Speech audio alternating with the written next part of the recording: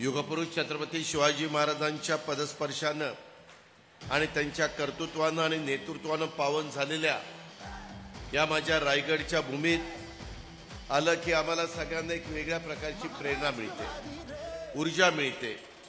रयतेचा राजा शिवछत्रपतींच्या चरणी मी नतमस्तक होतो। शिवशाहू फुले आंबेडकरांची विचारधारा घेऊन राष्ट्रवादी काँग्रेस पक्ष हा पुढे निघालेला आहे। त्याला आपल्या सगळ्यांचं बळ हवंय, आपल्या सगळ्यांचे आशीर्वाद हवेत, आपल्या सगळ्यांचा पाठिंबा हवा आहे।